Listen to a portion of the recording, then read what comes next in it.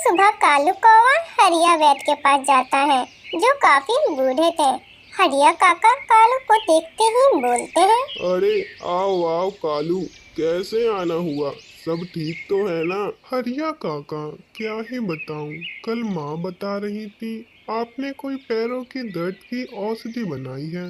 माँ के पैरों का दर्द तो बढ़ता ही जा रहा है, लेकिन मेरे पास पैसे नहीं हैं। इस बार भी मेरी फसल अच्छी नहीं हुई। मैं क्या करूं? मुझे तो कुछ समझ ही नहीं आ रहा। अरे कालू, तुम तो जानते ही हो मैं बहुत बूढ़ा हो चुका हूँ। जंगल के पेड़ पौधों से, जंगलों के पेड़ पौधों से जो भी औषधि बनाता हूँ, उसी से अपना गुजारा करता हूँ। लेकिन कालू, तेरी मजबूरी को देखते हुए मैं तुम्हारी माँ के लिए पैरों की औषधि दे देता हूँ, लेकिन तुम्हें इसके बदले मुझे 4 दिन तक भोजन कराना होगा।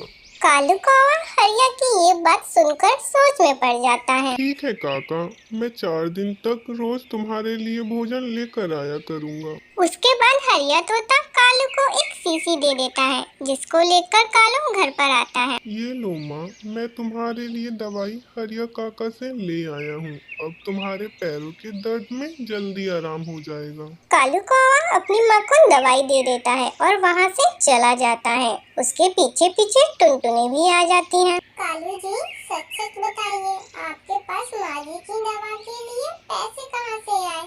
क्या किसी से तुमने कर्ज लिया है? नहीं नहीं टुनटुनी, मैंने किसी से कर्ज नहीं लिया। हरिया काका ने पैसे नहीं लिए हैं, लेकिन काका चाहते हैं कि माँ की औषधि के बदले हम उन्हें 4 दिन तक भोजन खिलाएं।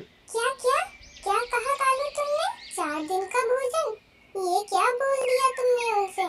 आपको पता है रसोई घर में केवल थोड़ा ही भोजन बचा है। ऐसे में अगर हम 4 दिन तक रोज भोजन काका को दे देंगे तो मैं आपको और माँ जी को क्या खिलाऊंगी जी? टुनटुनी, मैं जानता हूँ मेरे पास दूसरा कोई रास्ता ही नहीं था।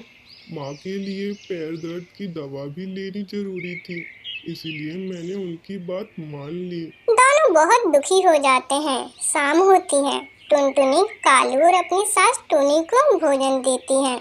टूनी भोजन खाने लगती है, लेकिन कालू सिर्फ भोजन को देख रहा था। अरे क्या हुआ बेटा, तू भोजन क्यों नहीं खा रहा है? अरे माँ, खा लूंगा, अभी मन नहीं है, तुम खाओ ना। खाना खाकर टुनटुनी चिड़िया अपने कमरे में चली जाती है।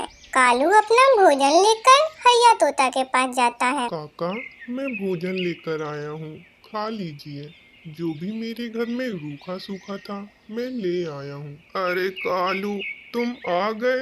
मैं तुम्हारा ही इंतजार कर रहा था, बहुत जोरों की भूख लगी है। उसके बाद हरिया तोता वो भोजन खा लेता है। अब हर रोज कालू ऐसे ही करने लगा। चौथे दिन टुनटुनी कालू से कहती है, कालू जी, अब रसोई घर में सारा अनाज खत्म हो गया है।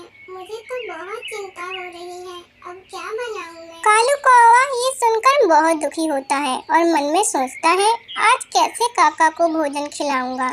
वो अपने खेत में जाता है और देखता है कि उसकी बोई हुई फसल में से एक प्याज की फसल खिल आई है, जो बहुत सुंदर लग रही है। वो उसे तोड़कर अपने घर ले आता है। तभी टुनटुनी उससे कहती है, ये क्या लाए हो कालू? इस एक प्याज से भला क्या होगा? कालू कौवा रसोई में जाता है और देखता है कि आटे के डिब्बे में बहुत ही कम आटा बचा है। टुनटुनी, तुम इस आटे की रोटी बना दो। क्या बोल रहे हो कालू?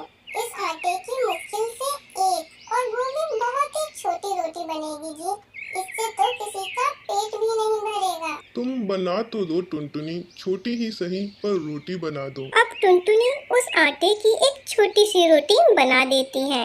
कालू उस रोटी को लेकर हरिया काका के पास जाता है। ये लो काका, मैं भोजन ले आया हूँ, लेकिन आपसे माफी चाहता हूँ। आज मेरे घर पे आटा नहीं था, बस जो थोड़ा सा आटा बचा था उसी से मैंने टुनटुनी से रोटी बनवा दी, और साथ में अपनी प्याज की बोई हुई फसल में से जो फसल सबसे पहले खिलाई थी वो ले आया हूँ। इतना सुनकर हरिया तोता खुश हो जाता है। कोई बात नहीं कालू, मैं आज यही खा लूंगा। हरिया तोता रोटी और प्याज खा लेता है और बोलता है, कालू, तुम बहुत अच्छे पंछी हो।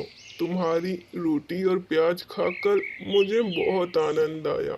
तुम्हारी ईमानदारी को देखते हुए मैं तुम्हें कुछ देना चाहता हूँ। इतना बोलकर हरिया तोता कालू को एक पोटली देता है। ये लो कालू, ये जादुई पोटली है। तुम इससे जो भी चीज मांगोगे वो चीज तुम्हारे सामने आ जाएगी। बस कभी लालच मत करना। इतना सुनकर कालू बहुत खुश होता है। वो हरिया को धन्यवाद करता है और वो पोटली लेकर खुशी खुशी घर आ जाता है और टुनटुनी को सारी बात बताता है। अब टुनटुनी उस पोटली से जो कुछ भी मांगती वो चीज उसके सामने आ जाती। ये सब देखकर दोनों पति पत्नी बहुत खुश होते हैं।